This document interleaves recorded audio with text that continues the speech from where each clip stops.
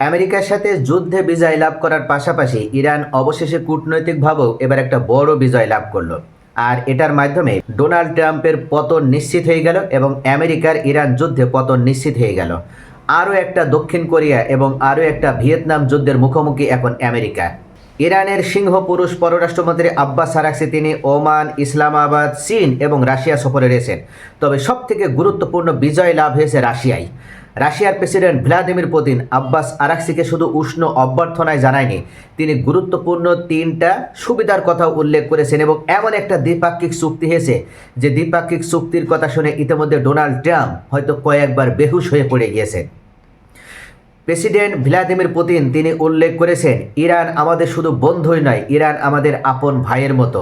অর্থাৎ ইরান যখন যে কোনো সমস্যার কথা উল্লেখ করে আমাদের কাছে সাহায্য চাইবে, আমরা তৎক্ষণাৎ 1 সেকেন্ডও দেরি না করে ইরানের পাশে থাকব। এবং এমন একটা গুরুত্বপূর্ণ বিষয় চুক্তি হয়েছে, সেটা এই মুহূর্তে ইরানের সিংহ পুরুষ পররাষ্ট্রমন্ত্রী আব্বাস আরাকচি সামনে নিয়ে এসেছেন।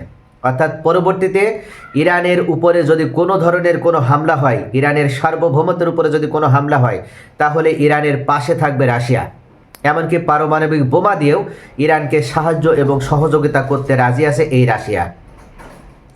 কূটনৈতিক বিজয় লাভের মধ্যেই আমেরিকার প্রেসিডেন্ট ডোনাল্ড ট্রাম্পের উপরে বড় ধরনের যে হামলাটা হয়েছিল খণ্ডকালীন শিক্ষক এবং নাসা ফেলো বিজ্ঞানী টম অ্যালেনের দ্বারা, সেই টম অ্যালেনের কাছে একটি চিরকুট পাওয়া গেছে। চিরকুটে লেখা আছে, ডোনাল্ড ট্রাম্প একজন র্যাপিস্ট এবং সে ধর্ষকই শুধু নয়, সে আমেরিকাকে বিপদগামী করছে এবং অন্যায় যুদ্ধে একের পর এক আমেরিকাকে জড়িয়ে দিচ্ছে এবং যে কারণে আমেরিকার আজকে মারাত্মকভাবে সব দিক থেকে পতন শুরু হয়েছে। এমনকি বেকারত্বের হার বৃদ্ধি পেয়েছে, দ্রব্যমূল্য বৃদ্ধি পেয়েছে, মানুষের জীবনযাত্রা এই মুহূর্তে অস্বাভাবিক হয়ে উঠেছে। যে কারণে টম অ্যালেনের মতন খণ্ডকালীন শিক্ষকরা ডোনাল্ড ট্রাম্পের উপরে আক্রমণ করতে দ্বিধা করছে না। অথচ এই ডোনাল্ড ট্রাম্প উল্লেখ করেছিল, ইরানের শাসকরা তারা নাকি জনগণ থেকে বিচ্ছিন্ন হয়ে গেছে এবং তারা নির্বিচারে গুলি এবং অত্যাচার নির্যাতন করার মাধ্যমে ইরানের জনগণের বাক স্বাধীনতা নষ্ট করছে, ইরানের জনগণের উপরে অত্যাচারের স্টিম রোলার পরিচালনা করছে। এবং ডোনাল্ড ট্রাম্প উল্লেখ করেছিল, ইরানের জনগণের মুক্তির জন্য আমরা ইরানের শাসন ব্যবস্থার পরিবর্তন চাই, ইরানের রেজিম ব্যবস্থার পরিবর্তন চাই। এবং যে কারণে তারা একের পর এক টার্গেট করে আয়াতুল্লাহ আলী খামেনি থেকে শুরু করে শীর্ষ এই যুদ্ধে এখন পর্যন্ত 200-এর বেশি নেতৃবৃন্দকেই হত্যা করেছে। শুধু তাই নয়, আমেরিকা যেটা বলে পশ্চিমারা ইউরোপীয়রা যেন সেটাই তারা শোনে। আমরা আরও একবার দেখলাম, জার্মানির প্রেসিডেন্ট তিনি উল্লেখ করেছেন, ইরান মূলত আমেরিকার বিরুদ্ধে যুদ্ধে জয়লাভ করলেও তারা সত্যিকার অর্থে এখনও জনগণের উপরে কোনো ধরনের অত্যাচার নির্যাতন বন্ধ করেনি এবং যে কারণে আমেরিকা ইরানের উপরে যে 47 বছরের অবরোধ আরোপ করে রেখেছে, এখনও কন্টিনিউয়াসলি অবরোধ চলছে। এবং তারই ধারাবাহিকতায় এই ইউরোপীয় ইউনিয়ন তারাও ইরানের উপরে ব্লকেট করে রেখেছে। তারাও মূলত মনে করে যে ইরানের জনগণ এখনও স্বাধীন নয়, শাসকরা তারা অন্যায়ভাবে ইরানের জনগণকে জিম্মি করে রেখেছে। সম্পূর্ণ মিথ্যাচার। অথচ ইরানের জনগণ ইরানের শাসকদেরকে ভালোবাসে, তারা হৃদয় দিয়ে ভালোবাসে, হৃদয়ে আত্মায় ধারণ করে। সেটার প্রমাণ ইরানের জনগণ দিয়েছে। ইরানের জনগণ দ্বিধাবিভক্ত থাকলেও এই যুদ্ধ শুরুর পর থেকে তারা এখন পর্যন্ত 9 কোটির ভিতরে আপনার 1 কোটি নারী এবং পুরুষ তারা স্বেচ্ছাসেবী হয়ে ইরানের শাসক এবং ইরানের সেনাবাহিনী IRGCর সাথে আমেরিকার বিরুদ্ধে যুদ্ধ করার জন্য তারা প্রস্তুত অবস্থায় রয়েছে, যেটা আমেরিকার দ্বারা কোনোভাবে সম্ভব নয়। আমেরিকার প্রেসিডেন্ট ডোনাল্ড ট্রাম্পের জনপ্রিয়তা আগের থেকে শুধু কমেইনি, তিনি যখন রাষ্ট্রপতি হয়েছিলেন তখন তার জনপ্রিয়তা ছিল প্রায় 60%-এর কাছাকাছি, অথচ এখন তার জনপ্রিয়তা 40%-এর নিচে নেমে এসেছে। এই কারণেই টম অ্যালেনের মতন যুবকরা আক্রমণ করে দেখিয়ে দিয়েছে ডোনাল্ড ট্রাম্প মিথ্যাচার করছে, সে একজন র্যাপিস্ট, সে একজন ধর্ষক।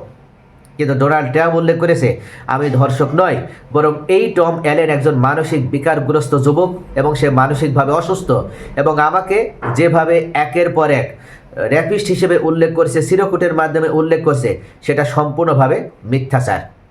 আরও একটা গুরুত্বপূর্ণ নিউজ, সেটা হচ্ছে মার্কিন সেনা ছাউনিতে অর্থাৎ মার্কিন সেনা সদর দপ্তরে যেভাবে ইরান হামলা করেছিল তাদের মানধাতার আমলের যুদ্ধবিমান ব্যবহার করে, সেটার মাধ্যমে ইরান বুঝিয়ে দিয়েছে এই আমেরিকার সুপার পাওয়ার হতে পারে মুখে মুখে, কাগজে কলমে আমেরিকার বিরুদ্ধে যদি কোনো রাষ্ট্র সাহসের সাথে যদি দাঁড়িয়ে পড়তে পারে তাহলে আমেরিকার পতন অনিবার্য।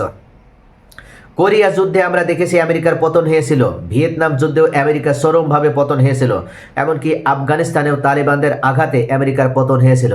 আর এবার ইরানের মতন সুপার পাওয়ারের সাথে লড়াই করতে এসে আমেরিকার সুপার পাওয়ারগিরি দাদাগিরি তো শেষই হয়েছে, বরং আমেরিকার এই গোপন তথ্য সামনে আসাতে এখন ডোনাল্ড ট্রাম্পের উপরে তার দেশের জনগণ আরও বেশি ক্ষিপ্ত হয়ে যাবে।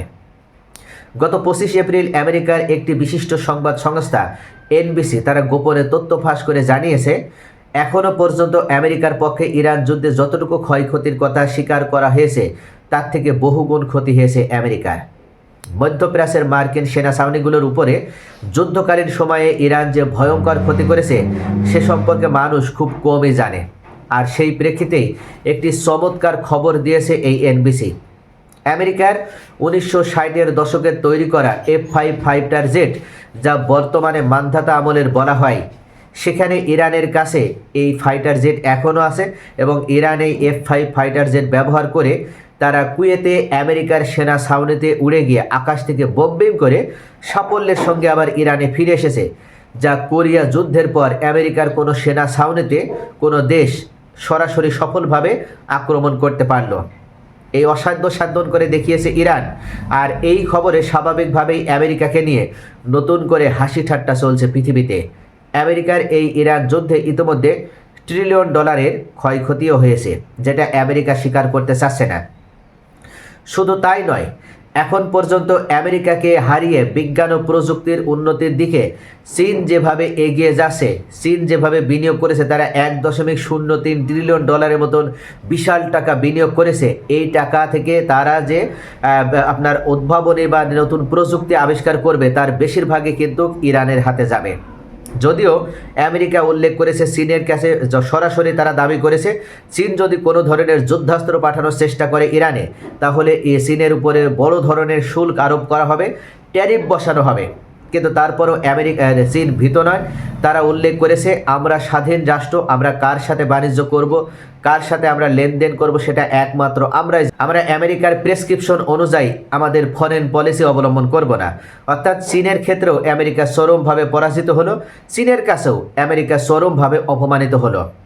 এই মুহূর্তে আরও একটা গুরুত্বপূর্ণ নিউজ, ফ্রান্সের প্রেসিডেন্ট ইমানুয়েল ম্যাক্রো তিনি উল্লেখ করেছেন ইরানের সাথে আমেরিকা যে যুদ্ধে লিপ্ত হয়েছিল, এই যুদ্ধের মাধ্যমে আমেরিকা শুধু অপমানিতই হয়নি, আমেরিকা তাদের নিজেদের ক্ষতির কথা অস্বীকার করলেও এই মুহূর্তে তাদের কলসি যে ভাঙা সেটা প্রকাশ হয়ে গেছে। অর্থাৎ চরমভাবে আমেরিকা নাকি অপমানিত হয়েছে। আমেরিকার আগের সেই সুপার পাওয়ার, আমেরিকার সেই শক্তি, আমেরিকার সেই দম্ভ সম্পূর্ণভাবে চূর্ণ বিচূর্ণ হয়ে গেছে। ইরান এমনভাবে প্রত্যাঘাত করেছে, ইরান এমনভাবে আমেরিকাকে চপেটাঘাত করেছে, যার কারণে আমেরিকা এই মুহূর্তে তারা ফালতু একটা নেভাল ব্লকেট আরোপ করার মাধ্যমে ওমান সাগরে ইরানের উপরে চাপ সৃষ্টি করার চেষ্টা করছে এবং বিশ্ববাসীকে দেখাচ্ছে যে তারা সত্যিকার অর্থে এখনও ইরানের উপরে অবরোধ আরোপ করার মাধ্যমে ইরানকে চাপে রাখতে পেরেছে। কিন্তু বাস্তবতা হচ্ছে ইউরোপীয় ইউনিয়ন এবং ফ্রান্সের প্রেসিডেন্ট শেষ পর্যন্ত স্বীকার করেছে যে এই নামমাত্র ব্লকেটের কোনো মূল্য নেই। এই ব্লকেট ইরান কেয়ার করে না, বিশ্ববাসী কেয়ার করে না।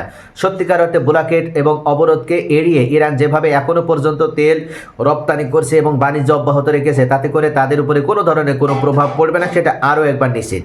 তো সব মিলিয়ে ডোনাল্ড ট্রাম্পের পতন নিশ্চিত হয়ে গেল। ইরানের পতন নিশ্চিত করতে যে, ইরানের রেজিম ব্যবস্থার পতন ঘটাতে যে অবশেষে আমেরিকা তাদের সলিল সমাধি ঘটল এবং তাদের দীর্ঘস্থায়ী যে শক্তি নিয়ে তারা বাহাদুরি করত, সেই শক্তি সম্পূর্ণভাবে ইরানের আক্রমণে চুরমার হয়ে গেল এবং সারা বিশ্ববাসী এখন অনুধাবন করলো এবং আমেরিকার হিংস্র থাবায় আর কেউ ভয় পাবে না, সেটাও নিশ্চিত হয়ে গেল।